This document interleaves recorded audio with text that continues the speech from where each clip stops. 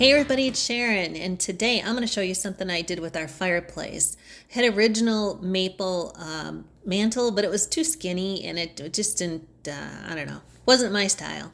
So it had sandstone pieces sticking out, so I needed something to be light. And what I thought of was, those faux beams that you can buy. But then I had the sticker shock of $605 for that. Came up with some ideas, did a little bit of mocking up with cardboard like I usually do. And I put it up there and I thought, hey, that might actually work. So what I used was that foam project panel. You could also buy it in the big sheets. That was a 1-inch foam, which was a good sturdy size.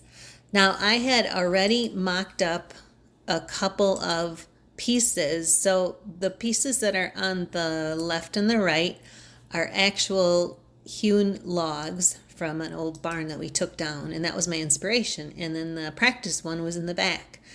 And I also did one with the end. And I thought, wow, I think I might be able to pull this off. So I tried. Again, that was the foam board.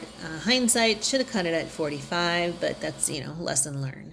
Either way, I put them together, mocked it up, looked at the size. I liked it, so then I just started gluing them together. I also wanted some corbels, and then after seeing the price of them, I thought I can do that too. So this was kind of like an inspiration halfway through because I didn't think I was going to be able to do it. But I needed to look at the dimensions and make sure things were proportional, especially with those corbels. And then that was hopefully what it was going to look like. What I really wanted to bring out was the natural dark cracks in them. So tools, I didn't know what to use. I used what I had. You can see it all laying out there.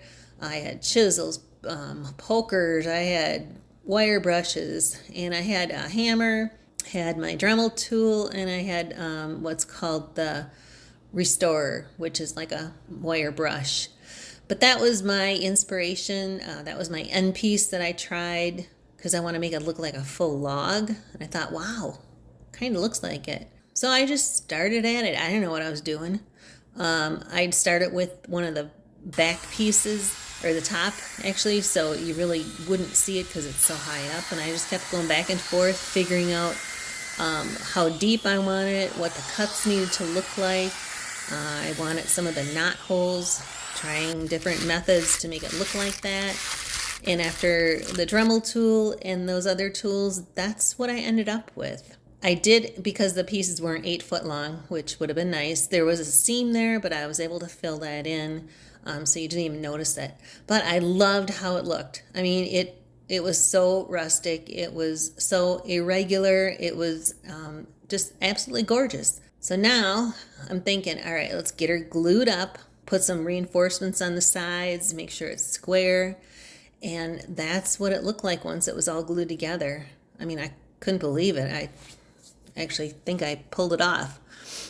So I had to make sure that the projection was the right depth, and then the height and the length too. So that's how that ended up. I did put the cracks going all the way through, so it made it look like it was a regular log with the splits on the end. That's the top looks the same. So then the corbels, oh yeah, $100 each. No, not gonna happen. This was a site that I saw. I kind of like that shape, so I just drew it out on paper, put it on cardboard, and then ended up just making some out of leftover pieces of styrofoam. Yeah, it was a huge mess. A cutter would have been perfect. Now, I did put a black base on one side because I wanted those inside marks to be dark. I didn't on the others, and then I put just a tan color. And the color on here doesn't look right. It was not that yellowish, orangish gold. It was more of a tan color, but that's how it kind of looked. So then I thought, all right, I kind of like that. I made sure I grooved out the edges, and then I found some tapered nails. So I thought, well, let's make it really look authentic, because there would have been nails in some of those, and then that iron bleeding out. So that was what I was thinking there. The ends I thought turned out better than what I was thinking they were going to turn out. So I was pretty happy with those. So on the right is the real wood from 100 years old, and the other one is the brand new one. So all I did was lay it up there, made sure the size was right, for the corbels. I glued them just to the bottom of it because there really was no weight. I did put a couple screws in, but I could not believe it. It actually turned out. So again, I just went ahead and put it on top of those sandstone pieces and then attached it to the piece of 2x6 that was behind there. So it was super easy, super simple to put together. And my gosh, I absolutely love it. I would do it again in a heartbeat. Yeah, I was really blown away by it. So there's just the before and then the after look. So definitely a project I want to do again. So next project, we have a big vaulted living room ceiling in a hall that is just screaming for something up there. So that's my next project.